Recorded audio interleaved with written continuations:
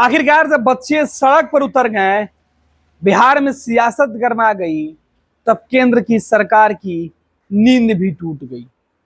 NEET परीक्षा के प्रश्न पत्र लीक हुआ, देश भर में लोगों का गुस्सा सड़कों पर निकला।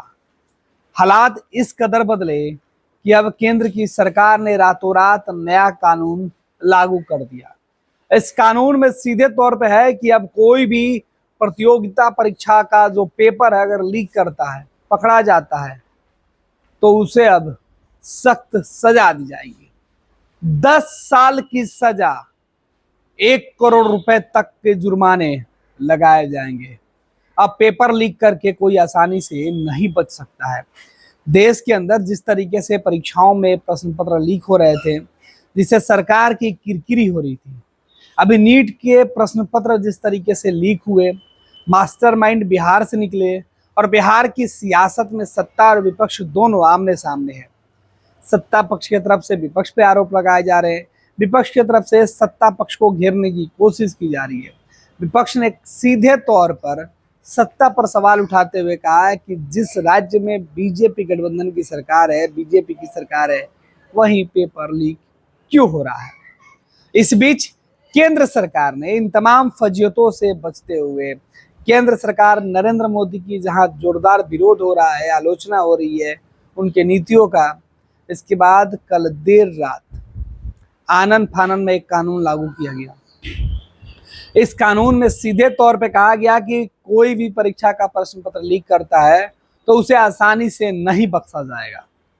ऐसे लोगों के ऊपर कठोर कार्रवाई की जाएगी। एक दिन पहले ही केंद्रीय शिक्षा मंत्री धर्मेंद्र प्रधान ने कहा था कि कानून बनाए जा रहे हैं।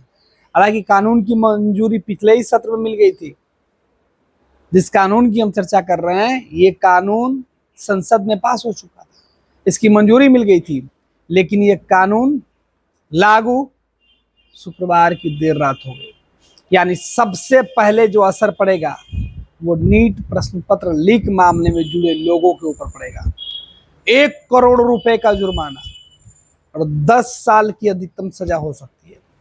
आपको बता दें कि ये रातों रात फैसला जो लागू हुआ है, इस फैसले पर राष्ट्रपति ने भी मुहर लगा दी है। आपको बता दें कि परीक्षा में जो नियम पहले से थे कि कोई गड़बड़ी करता है तो उसे और सख्त बना दिया गया, और ये नियम अब 21 जून यानी कल देर रात से लागू हो गया, प्रभावी हो गया। इस नियम के शामिल होने के बाद अब सबसे ज्यादा जो है असर उन परीक्षाओं के संचालन पर पड़ेगा जो प्रतियोगी परीक्षाएं और जिनके लिए केंद्र सरकार लगातार कोशिश कर रहा था। राज्यों के भी परीक्षा पर असर पड़ेगा। इस कानून का फायदा किसी भी राज्य के प्रशासनिक व्यवस्था को मिलेगा जो इस कानून में दोषी पाए जाने वाले लोगों के खिलाफ सख्त से सख्त सजा दिलवा सकते हैं, जिससे लोगों के मन में एक भय पैदा होगा और इस भय से लोग अपराध की जो क्षमता है, अपराध करने की जो घटना है, उसमें कमी आएगी। पेपर लीक करने जैसे जो गलत इरादे करने सोचने वाले रखने वाले लोग हैं, उनके रूह कांप जाएंगे। इस तरीके के हालात बने हैं। आपको बता दें कि जो सीधे तौर पे सार्वजनिक परीक्षा अनुसूचित संसाधनों की रोकथाम विधेयक 2024 को लोकसभा ने 6 फरवरी और राज्यसभा ने 9 फरवरी को ही पारित किया था। राष्ट्रपति ने 12 फरवरी को ही इसे मंजूरी दी थी। इस अधिनियम का उद्देश्य यूपीएससी, एसएससी, रेलवे, बैंकिंग भर्ती परीक्षा और नेशनल टेस्टिंग एजेंसी एनटीए आदि आयोजित सार्वजनिक परीक्षाओं में अनुचित संसाधनों का प्रयोग रोकना है। इसमें धोखाधड़ी रोकने के लिए न्यूनतम 3 से 5 वर्ष की कारावास का प्रावधान है, जबकि धोखाधड़ी के संगठित अपराध में शामिल लोगों पर 5 से 10 वर्ष की कैद और 1 करोड़ रुपए तक का जुर्माना लगाया जा सकता है। ये कानून है जिसकी मंजूरी मिली हुई थी, लेकिन इसे अब 21 जून की रात से ही लागू कर दिया गया है। पनोरमा ग्रुप, जो सोचता है वो करता है। ये लो, मुंह मीठा करो। आज मैंने अपना जॉब छोड़ दिया। अब हम पूर्णिया वापस जाएंगे। जॉब छोड़ दिया है?